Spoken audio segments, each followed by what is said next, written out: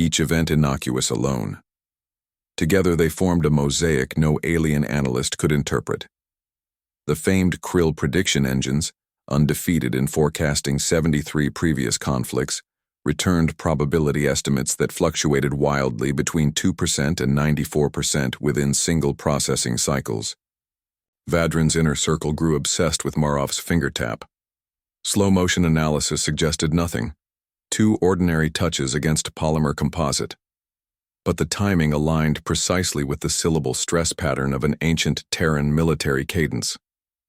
Linguistic archives revealed it matched the opening rhythm of a pre-spaceflight song called 2 Bottles of Rum, a drinking melody about sinking enemy vessels. Then came the food shipments. Unmarked freighters began delivering crates of Terran-grown wheat and rice to famine-struck systems along the disputed border zones, strictly humanitarian aid. Each container bore universal symbols for nutritional supplements. The recipients didn't notice the shipping manifests listed payload weights 1.3% heavier than standard for the stated contents, nor that all expiration dates coincided exactly with the predicted end of next harvest season across core Dominion worlds. One brave journalist asked Marov about the aid program during a press conference.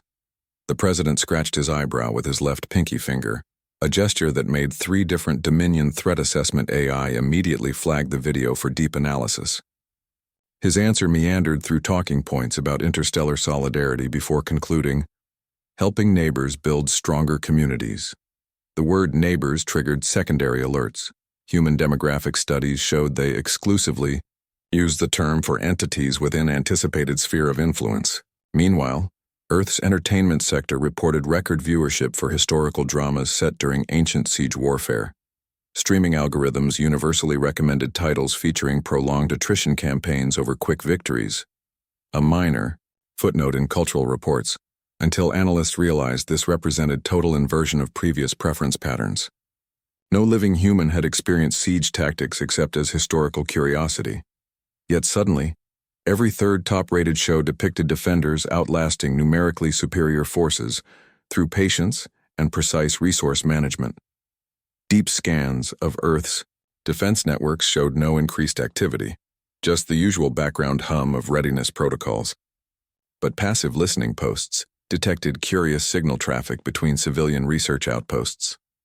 Astrophysicists at multiple universities simultaneously requested priority telescope time to study the exact galactic longitude where Dominion supply routes intersected with thin nebular clouds. Their justification: dust density measurements for navigation safety models. The tipping point came when a routine Dominion customs inspection opened a crate marked Terran Friendship Initiative, Educational Materials. Inside lay 73 data crystals wrapped in black cloth. Preliminary scans showed only children's language lesson files, basic vocabulary builders for human dialects. The inspecting officer almost cleared the shipment before noticing the cloth wasn't packing material. It was a dress uniform sash, specifically, the mourning band from Miriam Hale's ambassadorial regalia. Analysis confirmed DNA traces matching samples from the execution chamber. Yet security feeds showed the sash had been incinerated months earlier during forensic examination. The accompanying customs documents listed the sender as Cultural Outreach Division, Memorial Affairs. No such department existed in Terran governmental databases. At the bottom of the crate lay a single unmarked data chip. It contained 17 seconds of audio, soft whistling of an off-key tune. Soundprint analysis matched it to pre-spaceflight nautical songs with 89% certainty. Specifically, shanties sung while raising anchor before battle. The officer who discovered it reportedly suffered auditory hallucinations for 3 weeks afterward. He kept hearing faraway voices counting down from numbers he didn't recognize. Marov's office issued a brief apology for the clerical error when questioned, promising a full investigation into how historical artifacts wound up in unrelated shipments. Their statement contained 9 instances of the word appropriate. Statistically improbable concentration compared to baseline diplomatic communications. None of the usual weasel words like regrettable or unfortunate, just the quiet repetition of a term meaning conforming to established standards. Each syllable throbbed with unspoken precision. like hammer strikes on coffin nails. By the time Dominion analysts realized 2 bottles of rum wasn't a drinking song, but a tactical maneuver from old Earth's Age of Sail, a feigned retreat to lure enemies into crossfire positions, the second phase had already begun. Not with warships or declarations, but with 17 different neutral systems suddenly recalling their ambassadors from Dominion space. All citing the same inexplicable reason: scheduling conflicts. Earth didn't gloat, didn't posture, simply released updated star charts showing slightly adjusted shipping lanes. The changes looked minuscule on galactic scales. Minor course corrections of 0.3 degrees here, 1.7 degrees there. No military significance whatsoever, unless one overlaid them with mineral survey data, in which case every adjustment aligned precisely with newly discovered veins of tithonium ore beneath asteroid surfaces. The Dominion's entire fleet ran on tithonium reactors. Marov held another press conference that afternoon. Someone asked if recent events signaled deteriorating relations with the Dominion. He adjusted his glasses with that same nerve-damaged left hand and said, "Diplomacy takes time." Behind him, the official seal of the Terran Union hung slightly crooked. Nobody mentioned it was Hale who traditionally straightened those displays before major addresses. The crookedness measured exactly 5 degrees off-center, a number matching the eventual trajectory adjustment Earth's first anti-orbital missiles would require to bypass Dominion point defense grids.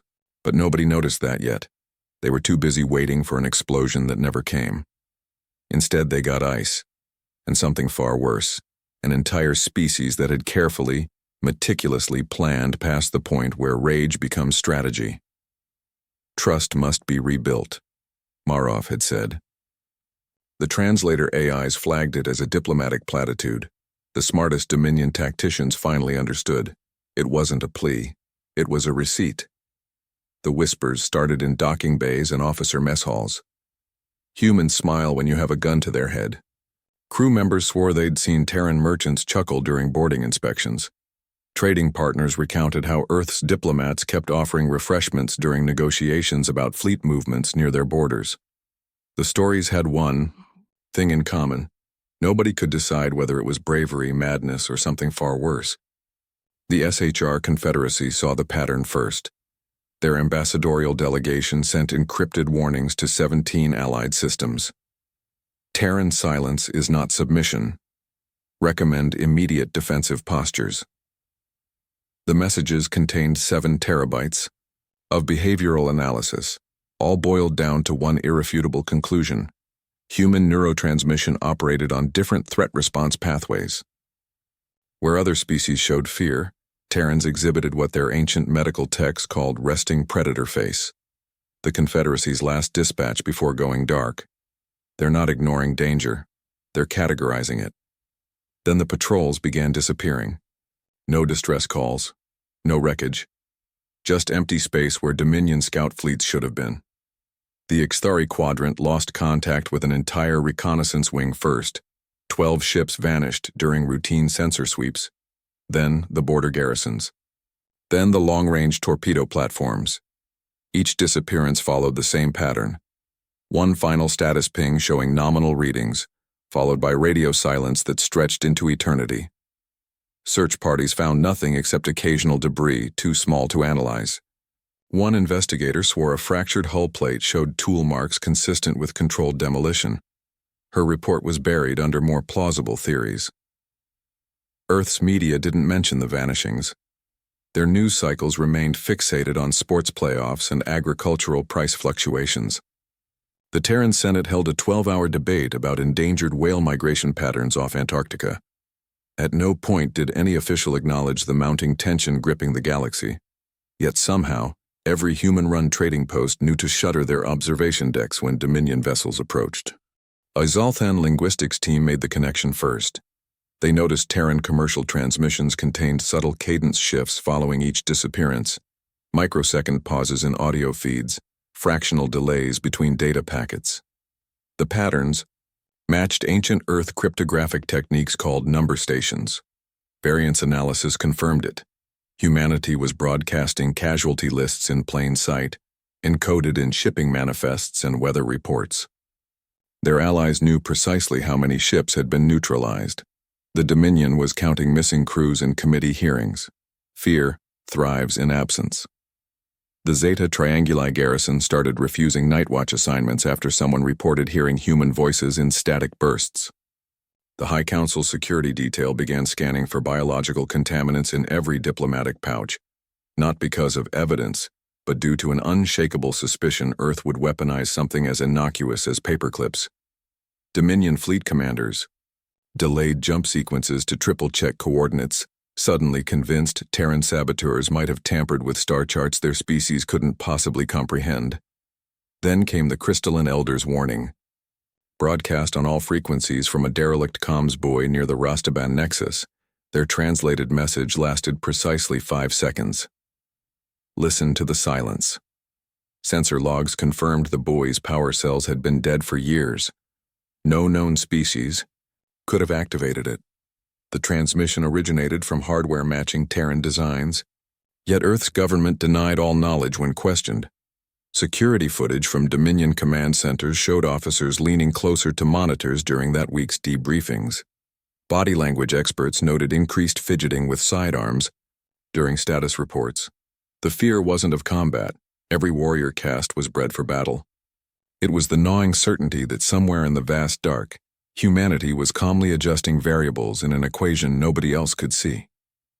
Tactical AI began reporting anomalies in their predictive models. Projections that once flowed with certainty now displayed jagged probability spikes resembling seismograph readings before volcanic eruptions. The machines couldn't explain why they assigned escalating threat values to completely unrelated events. A grain shortage on New Thessia, a software glitch in mining drones, a slight increase in solar flare activity near human colonies. Their error logs kept citing pattern mismatch without elaboration. Shipboard psychiatrists reported alarming trends among crews stationed near Terran space. Night terrors featuring featureless human silhouettes. Auditory hallucinations of someone counting backward from unseen numbers. An entire destroyer's complement required sedation after their gravimetric sensors detected phantom vessels matching no known design, then showed empty space when crews rushed to battle stations. The official report listed mass hysteria as cause. The ship's cook, a 20-year veteran of border skirmishes, was caught etching Hale's final words into the mess hall walls with a kitchen knife. Black market intelligence traders began moving their operations, not out of caution. Because Terran-aligned entities were purchasing obscure data sets at alarming rates. Mining surveys from defunct corporations, centuries-old planetary geological scans, even culinary histories detailing regional spice trade. Roots. When questioned, the buyers cited academic research. Their receipts always included a curious line item: consequence modeling consultancy fees. A Mulcar salvage team made the mistake of boarding an abandoned Terran science vessel near the Kuiper Rift. Their last transmission described finding the crew quarters untouched, meals half-eaten, workstations still powered on, coffee cups bearing, lipstick smudges. The only anomaly was 17 identical notepads, each containing a single phrase written in different languages. Remember the silence. The Mulcar ship lost propulsion 3 hours later. Rescue teams found it adrift with all hands unconscious but unharmed, their vocal cords temporarily paralyzed by an undetectable neural agent. Dominion propaganda outlets scrambled to contain the mounting paranoia. They aired interviews with captured Terran POWs, merchant sailors and civilian contractors who all told the same story. Yes, they'd heard Hale's final words. No, they didn't know what consequences meant in this context. Every subject blinked, exactly twice when lying, a tell their intelligence screeners missed because humans blink more frequently when relaxed. The breaking point came when a high-ranking Dominion official visited a Terran trade embassy to demand explanations. Security cameras captured the moment an embassy aide offered him tea. The man's hands shook so violently he shattered the porcelain cup. His aide later confessed he wasn't afraid of poison or hidden weapons. It was the way the human kept glancing at her wristwatch while he spoke, like she was mentally calculating how much time remained in some unspoken countdown. Retaliation was impossible. Every potential target showed pristine compliance with interstellar law. Human freighters submitted to scans with unsettling cheerfulness. Their captains knew regulations better than inspection teams, politely citing obscure passages when challenged. The few violations found were always trivial: a mislabeled cargo container here, a decimal error in a fuel report there. Each incident handled with swift apologies and corrective paperwork filed in triplicate.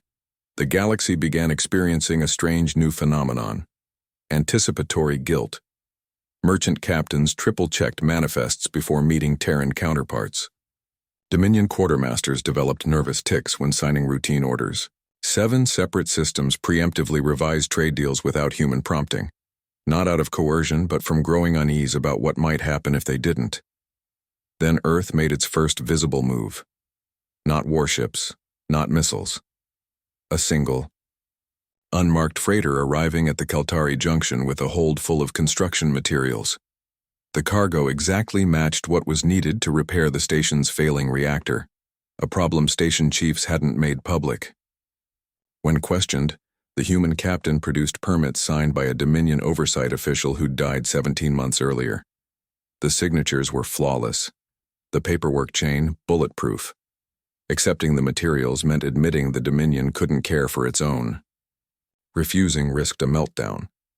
The junction took delivery. Within hours, 17 other Terran vessels appeared at struggling Dominion outposts. Not with threats. With exactly what each station needed before commanders realized they were lacking.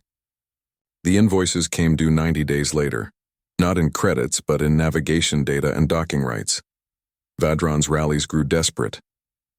He thundered about honor, about showing strength, about crushing the human menace before it was too late.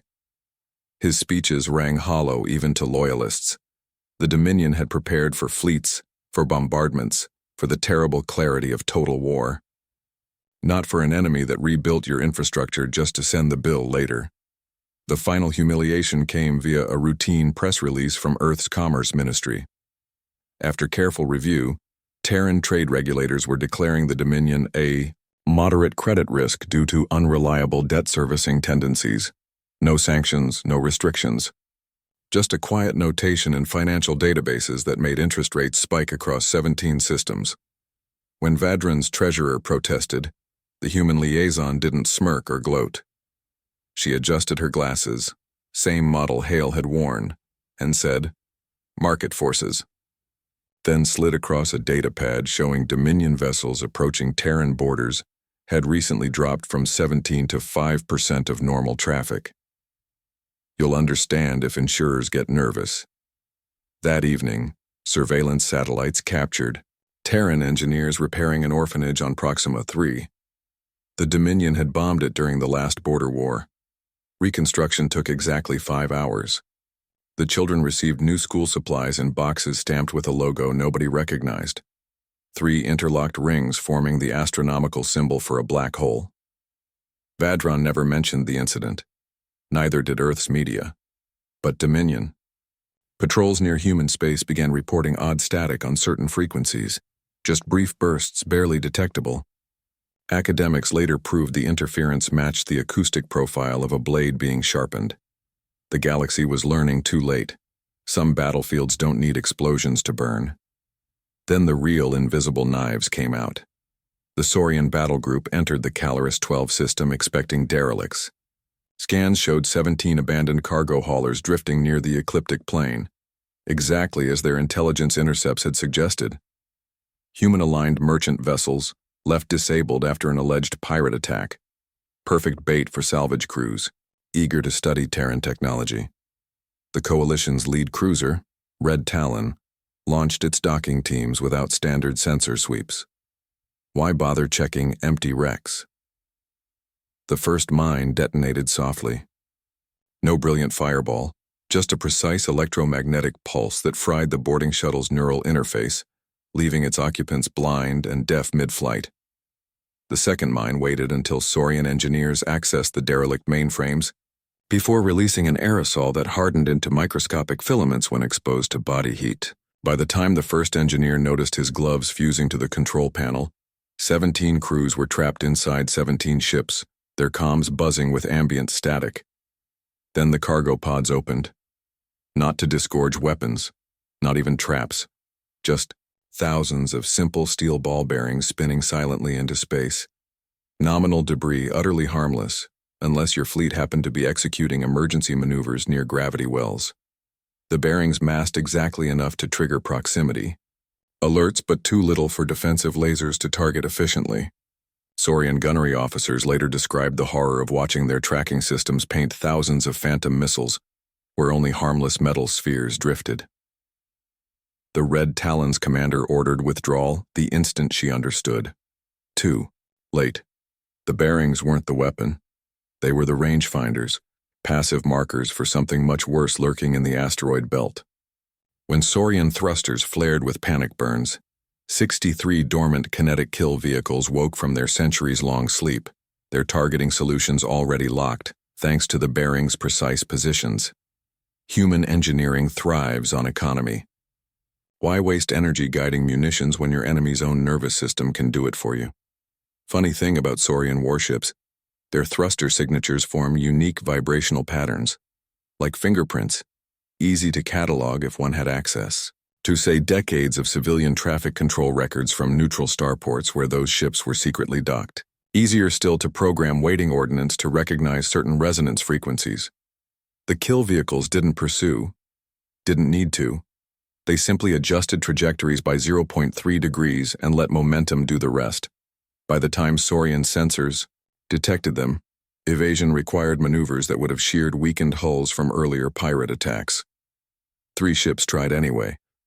Structural failure reports noted excessive stress at precisely the points where Terran boarding teams had previously conducted humanitarian repairs. Comms erupted in panic until an unfamiliar voice cut through the chatter, calm, polite, distressingly familiar to any officer who'd studied Hale's speeches. Saurian Battle Group, this is Terran Naval Advisory. Your current heading intersects with navigational hazards. Recommend immediate course correction. No mockery, no gloating. Just crisp professional courtesy overlaid on barely audible background. Noise that spectral analysis later revealed was someone humming near an open mic.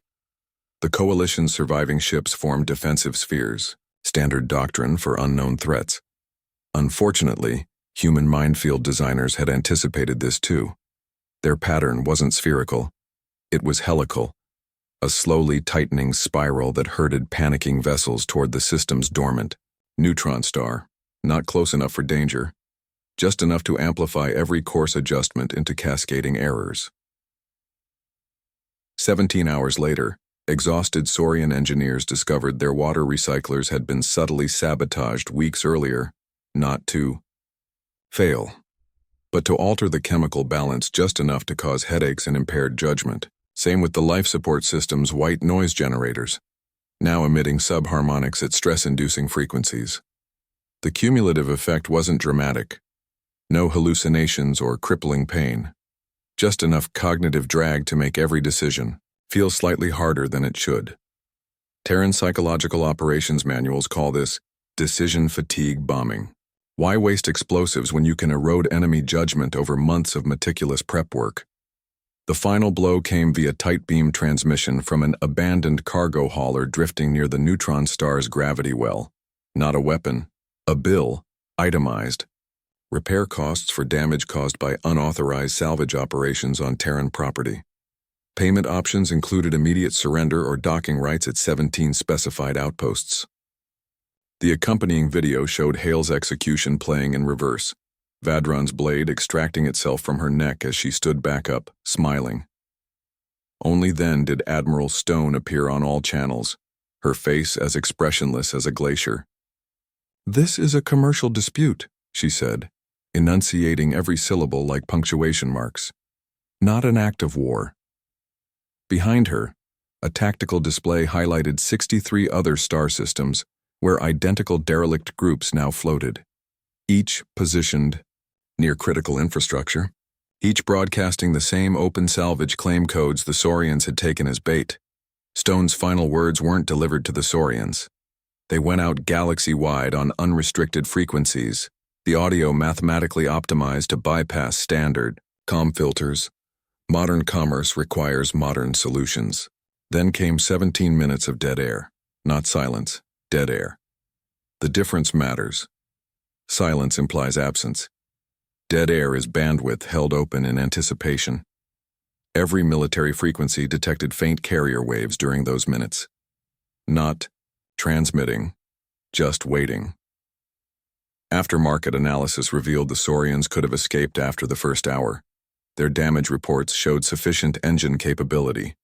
Their navigation computers proposed viable exit vectors, but somewhere between the headaches and the carefully engineered fear response, no commander gave the order. Deep space monitoring stations began reporting odd energy signatures near abandoned human outposts. Not weapons fire or engine trails. Precise microwave bursts lasting exactly 5 seconds, matching the duration of Hale's final transmission. Astrophysicists confirmed the beams were aimed at specific points in interstellar space, coordinates corresponding to nothing according to all known star charts. Until someone checked older records and realized they matched historic supernova, remnants from 8 million years ago, locations where extinct civilizations had once thrived before catastrophic wars. A junior Dominion logistics officer committed suicide after repeatedly finding human language textbooks in his private quarters. His suicide note contained 17 words, all different translations for the concept of inevitability. Investigation proved he'd never studied linguistics or shown interest in Terran culture. Nobody could explain how Mandarin and Swahili vocabulary lists wound up tucked between his supply requisition forms. Then the disappearances stopped, abruptly, on the exact 1-year anniversary of Hale's execution. Dominion High Command waited 11 tense days before cautiously declaring the crisis over. Their public statement credited increased security protocols. Privately, admirals compared notes about dreams they'd all shared. Visions of human faces watching from the dark between stars while whispering numbers too large to comprehend. Earth's response came via a children's educational broadcast about celestial mechanics. Halfway through the program about supernova cycles, the animated host, a cartoon pulsar with Hale's distinctive gray-streaked hair, explained how dying stars seed the universe with elements necessary for life. The segment lasted exactly 5 minutes. Like many lessons aimed at young minds, its deeper meaning sailed gracefully over most adult viewers' heads. Only the crystalline elders seemed to understand. Their last transmission before withdrawing into meditative silence consisted of just 3 untranslatable glyphs. The closest approximation in human terms would be, "We tried." Dominion military archives would later classify this period with a curiously passive descriptor. Not an attack, not a siege, simply the quiet. Tactical postmortems agreed the psychological impact exceeded any conventional bombardment. Entire battalions developed nervous reactions to static noise. Supply officers unconsciously avoided human numerals when labeling inventory. No discipline could stop Dominion warship crews from flinching whenever their sensors detected empty space where Terran vessels should nominally appear. And somewhere beyond the rim of charted space, 17 lost patrol ships floated in perfect formation. Their holds packed not with munitions, but with neatly stacked human-designed listening devices, each tuned to a frequency capable of doing only one thing, amplifying silence into something that might, given enough time, become audible. The warships never came. That was the first mistake in the Dominion's calculations, expecting fleets when they should have been watching grain shipments. Earth's shadow war didn't announce itself with trumpet blasts or troop deployments. It arrived in accounting, ledgers and maintenance logs in the way Terran freighters began refusing standard cargo inspections with infuriatingly polite citations of Clause 17B in interstellar trade accords. The clause existed. Nobody had ever invoked it. Vadron's War Council reconvened monthly in the same gilded chamber where they'd sentenced Hale. Their holographic threat projections showed nothing concerning. Human defense budgets actually decreased by 2.3% that fiscal cycle. But the casualty reports told a different story. 17 Allied systems quietly withdrew from mutual defense pacts. The Krell mercenary bands stopped returning comms. A Zolthan noble house severed 3 generations of arms contracts with the Dominion, citing changing market conditions. No explosions. No smoking craters. Just a slow unraveling of connections that had taken centuries to build. The Tharsis colony incident should have been their warning. A mid-tier mining world received its quarterly medical supply delivery 3 hours late. The transport captain, a human with Hale's exact vocal cadence, apologized for the delay while handing over manifests showing 0.7% fewer trauma kits than ordered. Standard variants for interstellar shipping, except when colony doctors opened. The kits, all coagulants, had been replaced with vials of clear liquid labeled placebo control samples. The accompanying paperwork referenced a pharmaceutical study nobody could locate in medical databases. By the time replacements arrived, 17 miners had bled out from preventable injuries. The Terran Medical Association issued a formal apology. Their statement included the phrase "systems oversight" exactly 5 times. Vadron's generals demanded orbital bombardments. His economists pointed out that 17 human trade hubs had recently upgraded their planetary defense grids without publicity. The upgrades matched perfectly with gaps in Dominion long-range sensor coverage.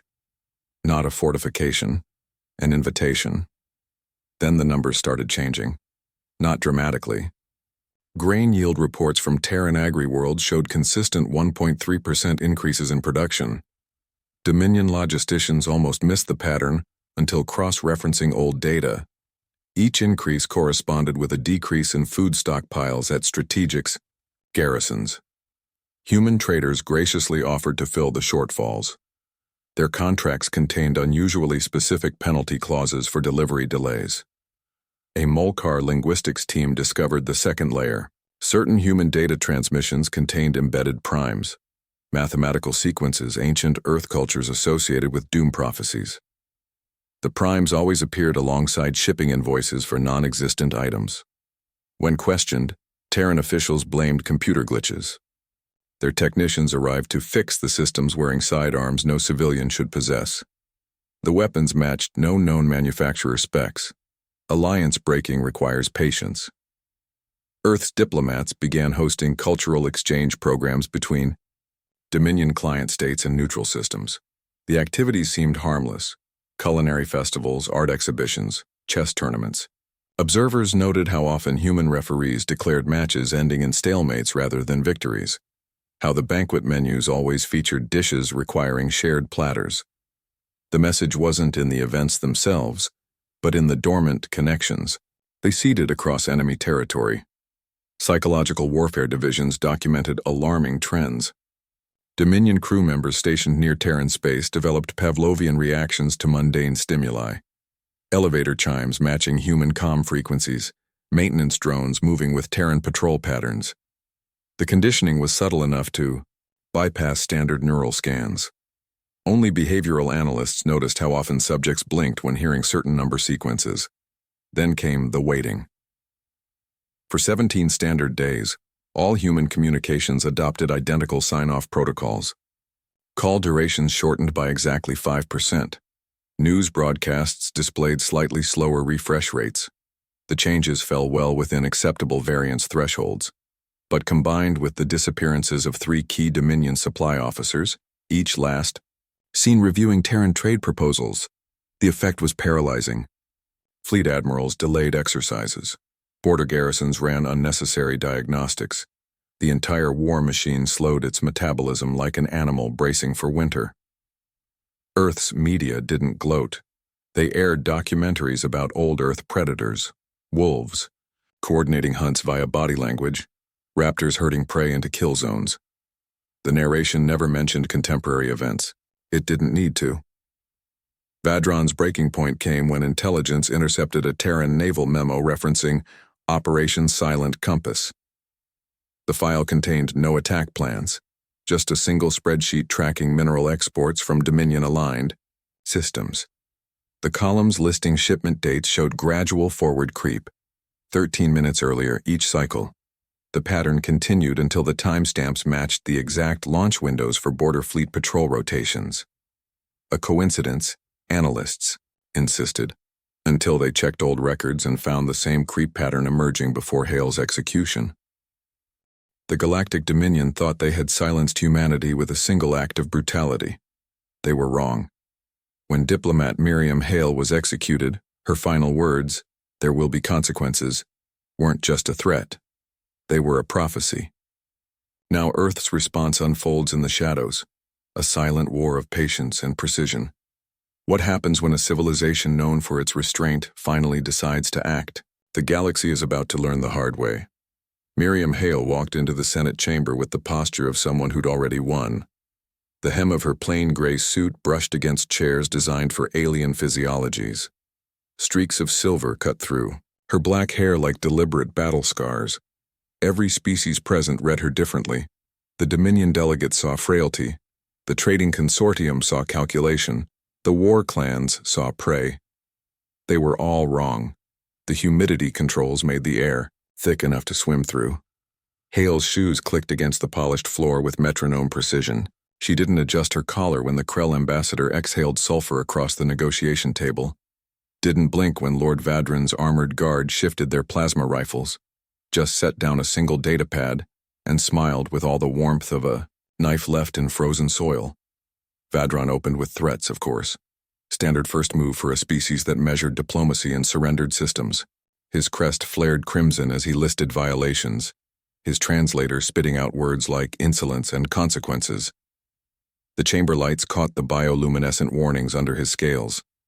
Every delegate recognized the display, dominance, behavior from a predator that hadn't met resistance in 7 generations. Hale waited. Let the silence stretch until even the ventilation hum sounded aggressive. When she finally spoke, her voice didn't rise above conversational volume. Didn't need to. They'd wired the chamber for perfect acoustics, and Earth had paid extra to ensure their ambassador's whispers would carry. You misunderstand our position. She tapped the datapad once. Every weapon in the room twitched toward her. We didn't come to negotiate survival. A ripple through the assembled delegates. The Tikrin trade envoy actually choked on his hydration mist. Vadron's crest darkened to clotting blood purple. His second-in-command started the formal protest chant before, realizing humans didn't recognize ritualized interruption. Hale continued like she hadn't heard. The Terran Union recognizes 73 separate violations of interstellar accords. Her index finger traced the edge of the datapad, not activating it, just reminding them it existed. We're prepared to forgive them. The silence tasted like discharged capacitors. Even the background chatter of 100 translation devices cut out. Hale's smile didn't change, but something in her posture did. The slight straightening of a woman watching her opponent walk into a kill box. Vadron recovered first. You speak of forgiveness like it's currency. His claws extended, retracted, a Terran intelligence had noted in 17 previous encounters. The strong dictate terms. Hale nodded, agreeable. They do. She slid the datapad across the table. It spun once before aligning perfectly with the Dominion sigil etched into the surface. Which is why I'm speaking. Later, analysts would dissect the footage. Note how her left hand never left her lap. How her breathing stayed even when Vadron's guards leveled weapons. The truly observant might have spotted the faint shimmer around her wrist. Not jewelry, but a subcutaneous transmitter already recording everything. When Vadron finally activated the datapad, the entire chamber saw the first image. Dominion vessels, parked in Earth's defense grid blind spots. 17 separate fleets, all tagged with timestamps from the past 6 months. The second image showed casualty projections from those fleet positions. The third, Hale stood before the third could display. Vadron's guards didn't stop her when she walked to the observation window. With her back to the room, her reflection showed none of the tension every other species expected. Just a woman looking at stars, utterly at ease. This isn't a surrender, she said, quiet enough that translators had to boost the signal. It's a warning. And then came the mistake. Vadron closed the datapad with a snap that cracked the casing. We could burn your worlds to glass tonight. Hale turned. Not quickly. The motion of someone who'd already anticipated every possible response. Her eyes found Vadron's, held them. The chamber suddenly understood why humans called it staring down. "You could try," she said. The datapad screen flickered one last time before dying, just long enough to show a live feed of Earth's orbital defenses powering up in perfect sequence. Every single weapon now trained on Dominion supply lines. No species breathes exactly the same way during combat readiness. But every delegate in that room recognized the stillness of a predator evaluating fatal odds. The session ended without formal adjournment. Vadron departed first, his crest flat against his skull in the universal sign of disrupted expectations. His guards hesitated. Protocol demanded they escort the lesser delegate out last, but Hale was already gathering her things. No hurry. No fear. Just before the doors sealed, she looked up at the security drones hovering near the ceiling. The audio logs wouldn't catch what she murmured next. But the footage did. Lip readers across 6 systems would spend weeks arguing over whether she'd said checkmate or check again. 14 standard hours later, they dragged her into Vadron's private chambers. She didn't resist when they forced her to kneel. Didn't scream when the plasma torch ignited. Just watched the recording lights with those same calm eyes, right up until the moment she whispered 5 words that would echo across the stars.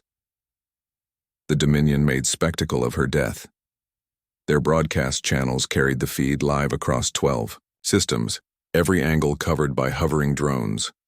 Vadron himself stood center frame, ceremonial dagger catching the studio lights like he was posing for a monument carving. Protocol demanded no audio, just the hiss of plasma torches powering up and the click of armored boots on polished stone. Miriam Hale didn't struggle when they strapped her to the execution post. The restraints weren't strictly necessary. She'd made no move to escape during the 3-week transit from the summit. The ceremonial collar around her neck served no practical purpose either. Like the gilded floor beneath her, it existed solely to elevate the moment into history. She blinked once when the first torch flared to life. The heat made the air ripple between them, distorting her face like a faulty hollow projection. The viewing, public expected screams then. Begging. At minimum, some final act of defiance to justify the Dominion's heavy-handed production. They got stillness. Vadron's crest twitched when she smiled. Not the forced grin of bravado, but the quiet expression of someone who just heard a private joke. The torch operator hesitated, glancing at his commander for guidance.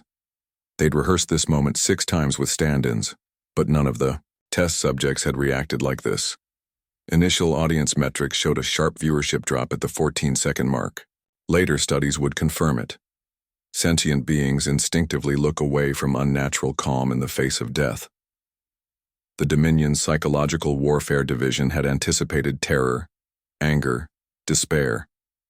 They hadn't prepared for a woman who tilted, her head as if politely waiting for an interpreter to finish. Then came the deviation from script. Protocol demanded the execution proceed in absolute silence, but Hale spoke 5 words into the circling drones. No shouting, no dramatic projection, just conversational volume, exactly as she'd addressed the Senate chamber weeks earlier. The mics barely caught it over the torch hum. The blade took her head clean off. Viewership spiked again when her body slumped. Violence always sells, but the damage was already done. Within minutes, pirate channels across the outer systems were looping those final 5 words. The Dominion's sensors hadn't cut the feed fast enough.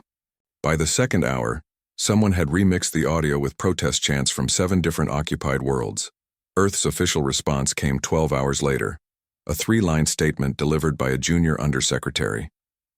No mourning periods declared. No calls for retaliation. Just a factual confirmation of Hale's death and a single curious phrase. The Terran Union acknowledges receipt of Ambassador Hale's final transmission. Anyone watching the Dominion's internal security feeds would have seen the panic then. Frantic searches through her prison records, cell sweeps for hidden devices, forensic teams dissecting every millimeter of the execution chamber. They found nothing. That was when the rumors started. Traders on the Kaltari Junction reported Terran freighters ignoring normal shipping lanes. Maintenance crews at Waypoint Gamma 6 swore black-suited humans had accessed restricted comm arrays. A Solix mining guild transmitted garbled footage of something massive moving through the debris field near Caliban's belt before their signal cut out. The stories had three things in common. No evidence remained afterward, every witness described unnatural calm from the human operatives, and all incidents occurred exactly 23 hours after Hale's death. The timing wasn't random, it matched the light-speed delay between the execution site and Earth's nearest listening post. Vedran's advisors argued for weeks about whether to address the growing unrest. Their psychological profile suggested humanity required time to process grief before acting. The idea that an entire species might channel bereavement into cold, precision rather than hot rage never appeared in their models. Meanwhile, the dissected recordings of Hale's final moments revealed something disturbing. Frame-by-frame analysis showed her lips moving a second time after the official transcript's 5 words. Enhanced imaging couldn't reconstruct it fully. Just the faintest shaping of syllables that might have been measure or message or missile. The uncertainty proved more corrosive than any direct threat. Dominion commanders began requesting additional guards for routine supply runs. Low-level bureaucrats hesitated before stamping approval forms. An entire battle group went to full alert when a cleaning drone malfunctioned near the Imperial archives. And through it all, Terran news outlets ran stories about crop yields and sporting events. Their diplomats attended galas. Their trading consortiums negotiated new contracts. The facade of normalcy was flawless, which meant everyone knew it had to be a facade. The turning point came when a junior Dominion intelligence analyst, against all protocol, leaked the full execution footage to underground data hubs, not the sanitized official release but the raw feeds from 17 different security cameras. That's when people noticed what the sensors had missed.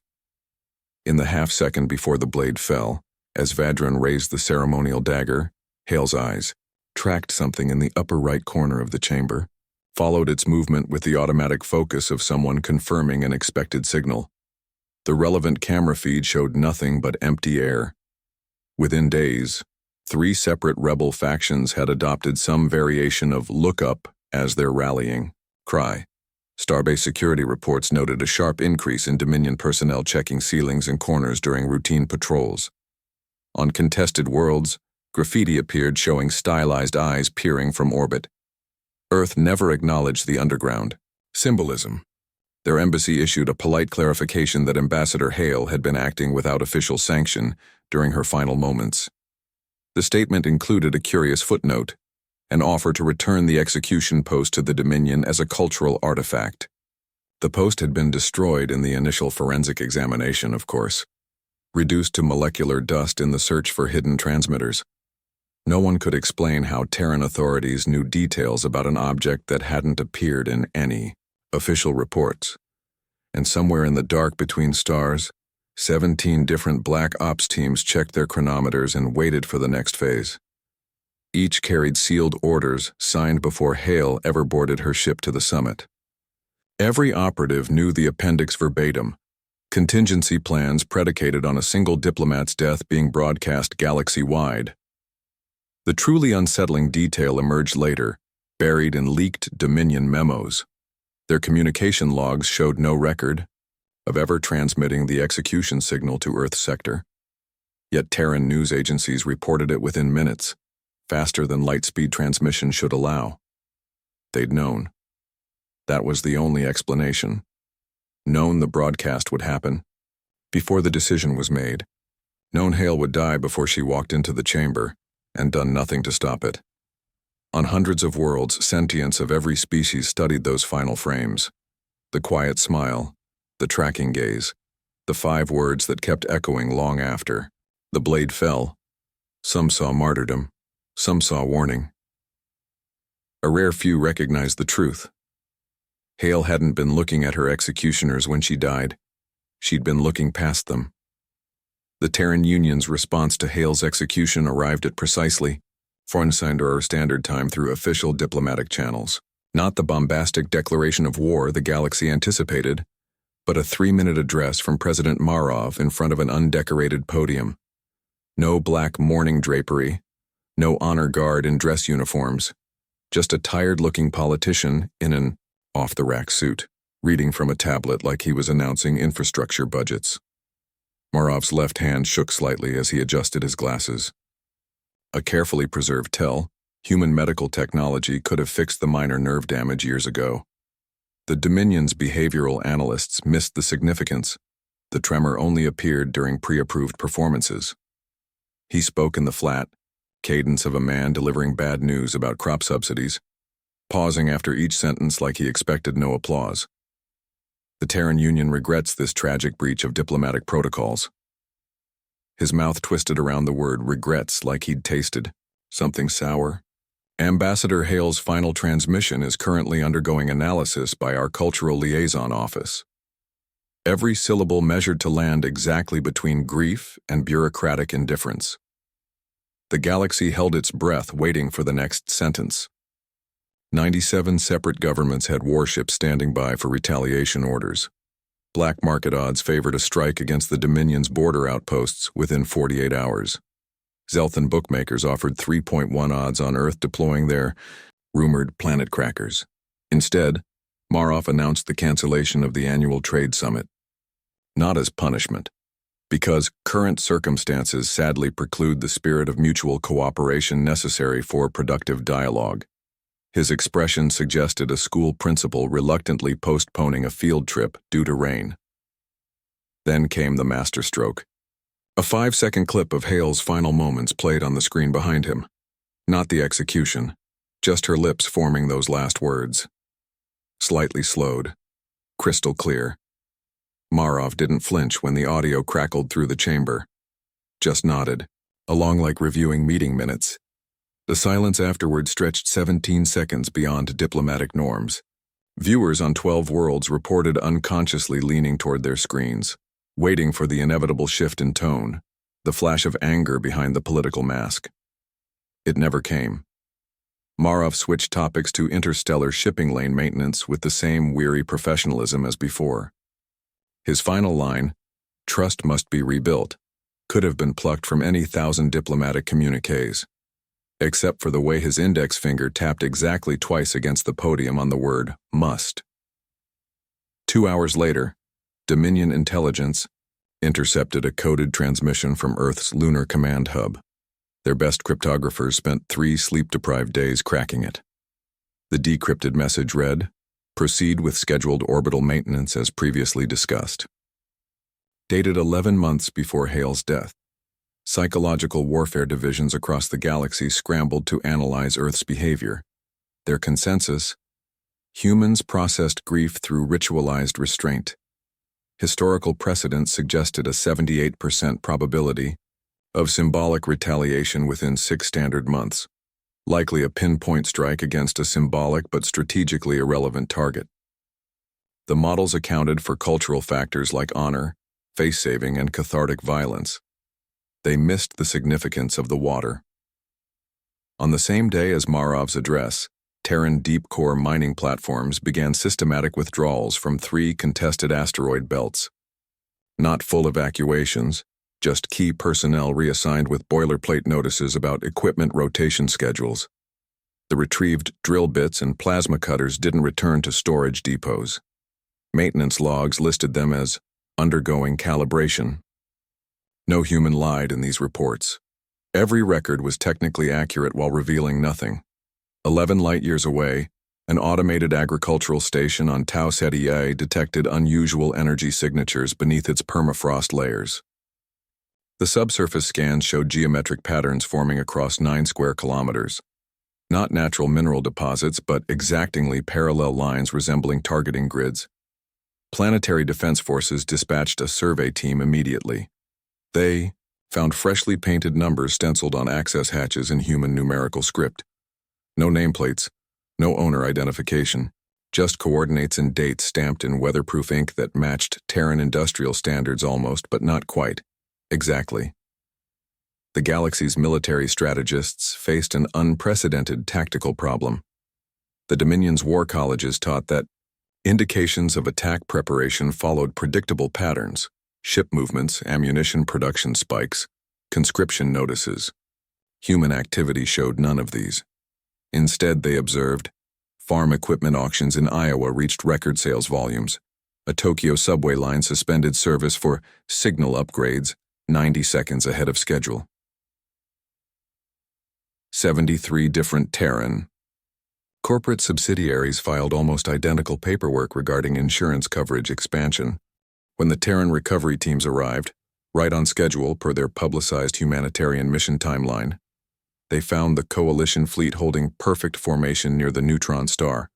Shields down, weapons cold, every ship's transponder, broadcasting the standard mercantile distress code used by civilian vessels near Earth. The boarding teams wore no armor, carried no visible weapons, just toolkit belts and data pads loaded with salvage claim forms. Their leader, a cheerful engineer with Hale's exact vocal cadence, apologized profusely for the unfortunate misunderstanding, while his crew attached tow lines to the Saurian vessels. Back on Earth, commodity markets barely noticed the minor uptick in reclaimed Saurian alloy futures. Someone did update a planetary defense database, though. Just a routine notation expanding the definition of navigational hazard to include unenforceable property claims. Vedran received the full report 3 weeks later. His counsel noted, with concern, how similar waiting derelict formations now appeared near 17 Dominion agricultural worlds. The orbital mechanics were flawless, each cluster positioned where emergency harvest shipments would need to pass during critical growing seasons. Stone's last words kept echoing through secure channels like a faulty reactor hum. Modern commerce requires modern solutions. Later that night, Dominion sentries swore they heard metallic scraping sounds from cargo holds that inventory logs showed empty. When scan teams arrived, they found nothing but faint heat signatures forming shapes suspiciously like human numerals. The numbers weren't counting down. They were counting up. The Coalition fractured at its weakest joints first. Trade pacts dissolved, quietly over breakfast meetings. Defense treaties lapsed through deliberate bureaucratic negligence. No grand betrayals, just 17 systems suddenly discovering prior commitments when mobilization orders arrived. Fear smelled different across species lines, but its effects were universally corrosive. Bulk freighters drifted through shipping lanes with holds full of weapons nobody claimed to need anymore. The economy of violence had changed currencies. Overnight, Admiral Stone's poker face became legend. She stood flanked by 17 diplomats from former Dominion-aligned worlds when the Rim Accords were signed. No fanfare, no holographic displays, just signature panels glowing green in quick succession. The document's phrasing was clinically neutral. Mutual recognition of commercial safeguards. Clause 17b stipulated immediate withdrawal from all existing defense treaties when signatory trade routes showed disruptions exceeding 7%. The threshold had been crossed exactly 23 hours after the Caloris incident. Not coincidentally, the same interval between Hale's death and Earth's first silent response. Ghost signals haunted the Dominion's command networks. Logistics officers swore they saw cargo manifests updating themselves. Quantities of tithonium were fluctuating without human input. Strike teams found empty barracks where reserve battalions should have been mustering. Security footage showed no desertions, just eerily vacant bunks with perfectly folded bedding. The computers insisted all personnel were accounted for. Drill instructors started noticing something worse. Soldiers still technically present, but moving through training exercises with the mechanical precision of actors in propaganda reels. Earth's media ran feel-good stories about infrastructure, projects. The Dominion's analysts pored over drone footage of bridge construction in the Terran Arctic, counting how many workers paused at exactly 17 or each day to face the same northern azimuth. One enterprising lieutenant overlaid the facing angles with star charts, a perfect alignment to the orbital positions of Dominion naval yards. When he presented his findings, his superiors quietly relocated him to planetary defense duty on a mining colony. Then came the harvest season prophecies. On 17 breadbasket worlds, agricultural drones began printing ominous glyphs in crop circles overnight. Not primitive pictograms, but complex equations predicting precise yield reductions from specific fungal blights. The Blights arrived 2 weeks later, matching the predictions to 3 decimal places. Human relief ships lingered just outside territorial space, holds bulging with exactly the needed fungicides. Their price? Not credits, not concessions. Simple. Data, soil composition reports, irrigation schedules, historical climate patterns. Intelligence officers tore their crests analyzing the spreadsheets, searching for hidden codes. The spreadsheets contained only farming data. That was the weapon, the smile in the dark, entered pan-species lexicon. Brothel workers reported Dominion officers flinching from certain laughter tones. Starship crews developed institutional allergies to maintenance drones hovering at specific angles. Psychological evaluations showed mounting cases of pareidolia, sentience, seeing human facial patterns in nebula formations, bulkhead stains, even the flicker of malfunctioning light panels. The truly concerning cases were those who didn't report hallucinations at all, but calmly noted standard presence protocol when questioned about saluting empty corridors. Humanity's true weapon wasn't fear. It was cognitive dissonance on a galactic scale. Every Dominion tactical manual had chapters on identifying enemy deception. None covered the deeper threat, an adversary so transparent they didn't need lies. Their press releases stated exact intentions. Their diplomats provided full treaty texts without redactions. Even their military maneuvers came with advance notice in official channels. The horror wasn't in hidden agendas, but in realizing the visible surface masked no deeper layer at all. Xenopsychologists called it the clarity effect. Threatened minds will embrace comforting falsehoods over unbearable truths.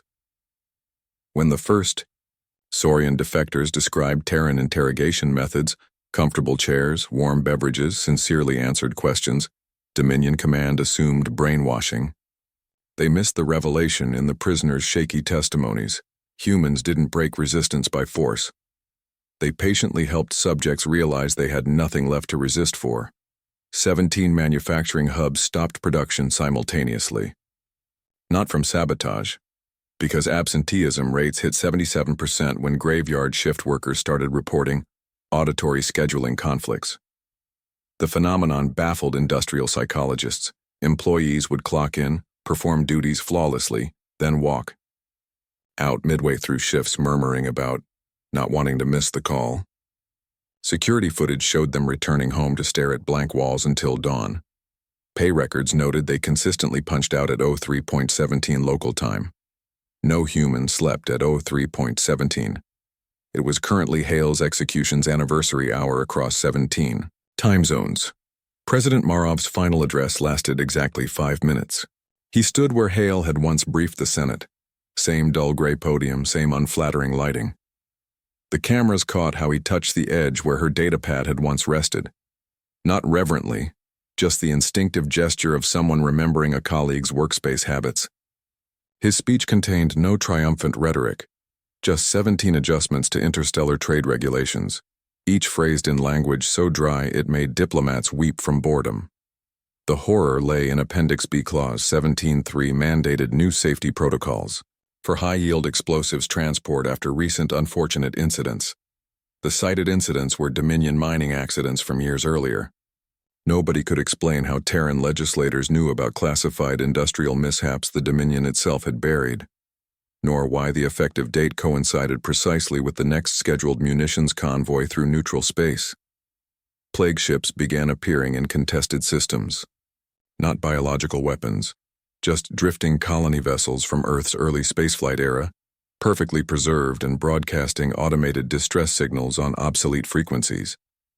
Boarding teams found vaccination records proving every original crew member had been immunized against 17 pathogens now endemic to Dominion core worlds. The ship's medical bays carried antique but functional cryo-storage units labeled heritage viral samples.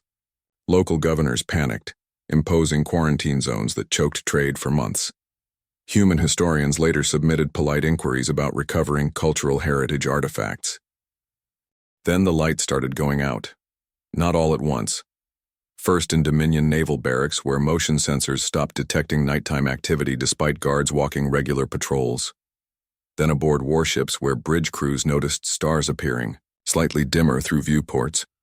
Finally, in capital cities where atmospheric filters couldn't account for the gradual fading of certain constellations, astrophysicists confirmed the terrifying truth. Entire. The transmission began at 0317 Galactic Standard Time. Every comms array in the Dominion detected the signal simultaneously, impossible under known physics, yet undeniably pulsing across every frequency. The message didn't hijack systems. It simply appeared, like turning a corner to find a monument that had always stood there waiting. Miriam Hale's face resolved on screens from the core worlds to the fringe. Not the bruised captive from execution footage. Not the composed diplomat from summit recordings.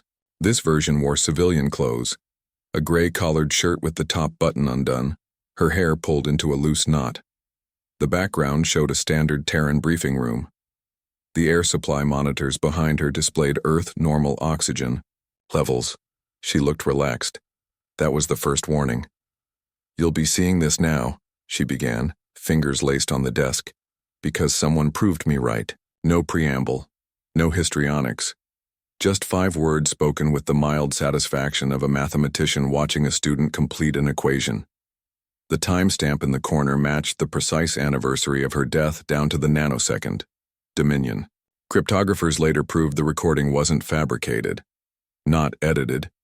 Every eye blink, every vocal inflection matched Hale's unique biological markers perfectly. The truly disturbing detail emerged in frame-by-frame analysis. Her pupils, sometimes, tracked movement outside the camera frame, as if someone else had been in that room with her while recording. "We set terms generations ago," she continued, tilting her head slightly toward something off-screen. "The Dominion called them suggestions. Now you'll learn the difference." Behind her, an archaic wall clock ticked audibly. Every 9th tick skipped. Engineers confirmed the anomaly-matched chrono-disruptor interference patterns observed during timekeeping experiments on Proxima Centauri, technology humanity supposedly abandoned centuries earlier. She unfolded a hard-copy document, old-fashioned paper visibly aged at the edges. The text faced away from camera, but Dominion lip readers caught the shape of Article 17 forming on her lips as she scanned before refolding. Intelligence archives contained no record of any Terran legal code containing such an article.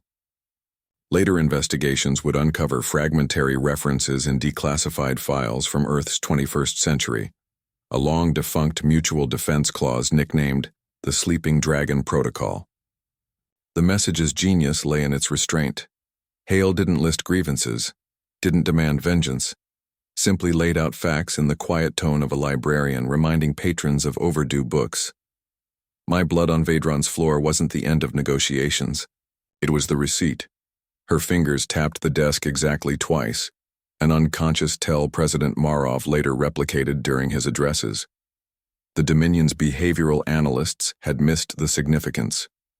Humans repeat meaningful gestures across generations like inherited tics. Then came the revelation. Hale reached off-screen and produced a standard Dominion naval sidearm, model VA-17, standard issue for bridge officers. She checked the charge indicator with professional familiarity before setting it down deliberately out of frame. "You'll notice I'm not holding this as a threat." Her smile didn't reach her eyes. That would violate summit protocols. Every Dominion admiral watching recognized the unspoken implication. She'd smuggled a weapon past their vaunted security to make this recording, not to use it, to demonstrate she could.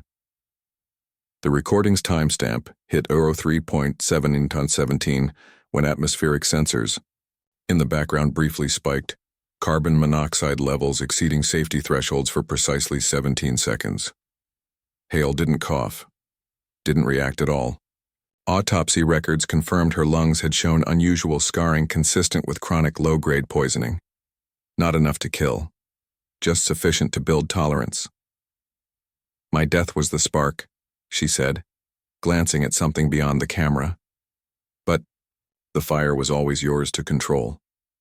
Dominion historians would spend years debating whether she referred to the coming retaliation or some deeper philosophical point about provocation cycles. The ambiguity was deliberate. Weaponized linguistics teams confirmed the sentence's structure activated different neural pathways in listener species. Fear centers for some, logic centers for others. A single statement fracturing unified response before action even began. She stood abruptly, sleeves rolling back to reveal faded scars circling both wrists in precise parallel lines. Dominion medical examiners had noted but dismissed these markings in the post-execution report. Only later would xenobiologists confirm the pattern-matched restraints used in zero-gravity interrogation chambers, the kind employed by certain mercenary bands during the border wars, the kind that left no permanent marks unless the subject struggled violently. This message has 17 embedded verification codes, she said, adjusting her collar to show a thin white line along her jugular, another scar the executioner's blade had erased. Use them. The codes weren't hidden. They scrolled plainly. On a secondary display behind her, mathematical sequences recognizable to any first-year cryptology student. Their power lay in the sequencing. Running the strings through standard Dominion decryption software consistently returned the same result. Coordinates for a long-abandoned listening post near Sirius. The same outpost where Hale's great-grandmother had served during the first United Contact Wars. Hale's voice softened for the first time. You'll want to justify what comes next. Her fingers trailed near the hidden weapon. Call us monsters, savages, anything to avoid the truth. The recording's lighting shifted subtly. Earth's sun angling through armored glass in a way that turned her irises molten. We gave you every chance to walk away. 17 seconds of silence followed. Not dead air, not technical glitches. Just Hale, studying her audience through the camera, as if memorizing faces. Dominion troops would later report nightmares about this exact stare, the unsettling certainty that she'd been looking directly at each individual viewer across time and space. When she finally moved again, it was to slide a data wafer across the desk. Standard Dominion military issue, model DT-17. Her fingertips lingered on the edge in what analysts initially dismissed as a nervous habit. Enhanced imaging revealed the truth. She'd been activating a microscopic transmitter embedded beneath her nails. The wafer's contents matched classified files about Dominion fleet deployments, files that wouldn't be drafted for another 3 years after the recording date. You'll blame humanity when your cities burn, she said, rising from the chair. But the fuel was always yours. The camera caught her reflection in the briefing room window as she walked away, not toward the exit, but directly into the reinforced wall. The image flickered there for 3 frames, long enough for spectral analysts to confirm the anomaly wasn't digital tampering. Just before the transmission cut, the wall clock's skipped 9th tick returned, louder this time, echoing like a hammer. Strike.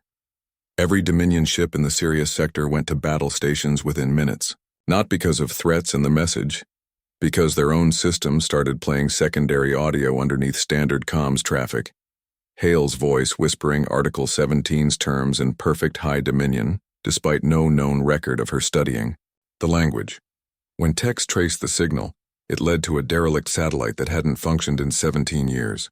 Its only modification was a small Terran flag etched inside the access panel, alongside a single Earth date marking the signing of the first interstellar trade accords. Vadron ordered immediate assaults on 17 human outposts. His admirals hesitated just long enough to notice something odd about their tactical displays. Every target's defense grid status showed nominal in flawless high Dominion script, but the numerals matched Terran glyphs instead of standard military notation. The system swore blind this configuration was default. Records proved otherwise. Human news networks didn't cover the mobilization. They aired nature documentaries about fire ecology, how certain plant species require extreme heat to germinate. The narration never mentioned current events. It didn't need to. 73. World saw Hale's reflection in those flames. On Earth, crowds gathered outside the old Senate building where Hale had once served, not to protest or mourn, to witness the unveiling of a new monument, a simple black slab bearing 17 names in chronological order. The first 14 matched casualties from early border wars skirmishes. The final 3 spaces remained, blank except for dates yet to come. Engineers noted the slab's material defied standard analysis. Scans returned contradictory readings. Basalt one moment, polished obsidian the next. Guards reported hearing faint whispers near it at night, though audiographs detected only ambient city noise. The truly observant noticed how pigeons never perched on its surface, though film from adjacent rooftops showed them landing normally elsewhere. Hale's last words in the transmission weren't delivered to camera. She spoke them over her shoulder, while walking toward that impossible wall, her voice softening as if addressing someone just out of frame. "You'll prove them wrong." The recording ended there. But in 17 systems along the border, long-range telescopes captured something peculiar in the radiation belts of gas giants, patterns of charged particles briefly arranging into human numeral sequences before dissipating. The numbers weren't counting down. They were counting the days since Hale's execution. And somewhere in the dark between stars, something was keeping score. The Dominion's empire unraveled quietly. No grand battles, no burning capitals. Just 73 separate systems quietly filing revised trade agreements over 17 standard days. Their ambassadors didn't consult Vadron, didn't send ultimatums, just walked into Terran consulates and signed documents using ink that dried suspiciously fast. Later forensic analysis would show the compounds matched those used in Earth's old disappearing ink childhood toys. A coincidence, surely. Vadron's throne room grew emptier each morning. The Lesser Lords stopped arriving first, their absence barely noted beyond some slightly quicker service from the catering staff. Then the merchant princes, their empty seats at the War Council meetings leaving gaps like missing teeth. By the time the military advisors began sending junior aides instead of attending personally, the servants had already changed the palace ventilation filters to Terran specifications. Nobody ordered it. They simply recognized which way the air currents flowed. Earth's reconstruction teams arrived unarmed. Their freighters carried no weapons, just construction drones and prefabricated habitats.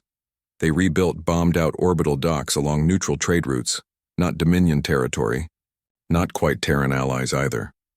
The stations reopened under new management with mixed crews from 17 different species. The only common feature: every control panel included a small, easily overlooked button labeled Article 17 Compliance. Pressing it did nothing observable. But stations where workers routinely pressed it reported 17% fewer maintenance issues across all systems. Financial markets registered the shift first. The Galactic credit standard pegged to Dominion Treasury reserves lost value against the Terran trade note, not in a crash, but in a smooth, inexorable slide that charted like a patient's vital signs flatlining.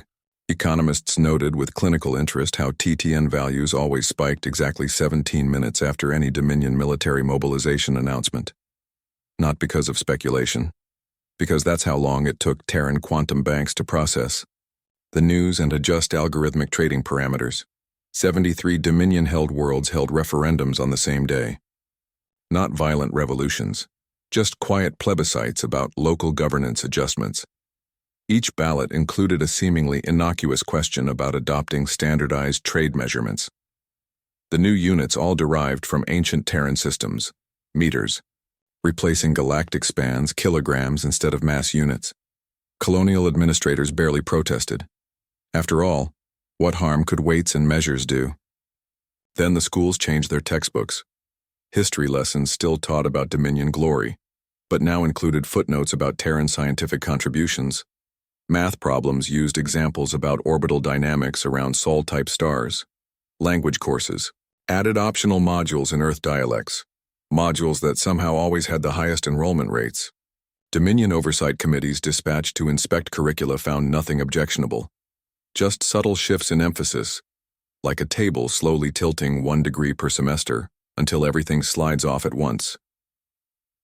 The military breakdown proved more visible. Dominion warships still patrolled, but their crews increasingly requested transfers to joint security operations with Terran counterparts, not defections. Officially, these remained sovereign Dominion vessels, yet somehow their maintenance logs showed more and more parts sourced from Terran manufacturers. Their navigation computers defaulted to star charts where trade routes conveniently avoided former battle zones. When admirals ordered a return to combat readiness drills, 17 ships simultaneously reported engine calibration issues requiring specialized Terran diagnostic tools.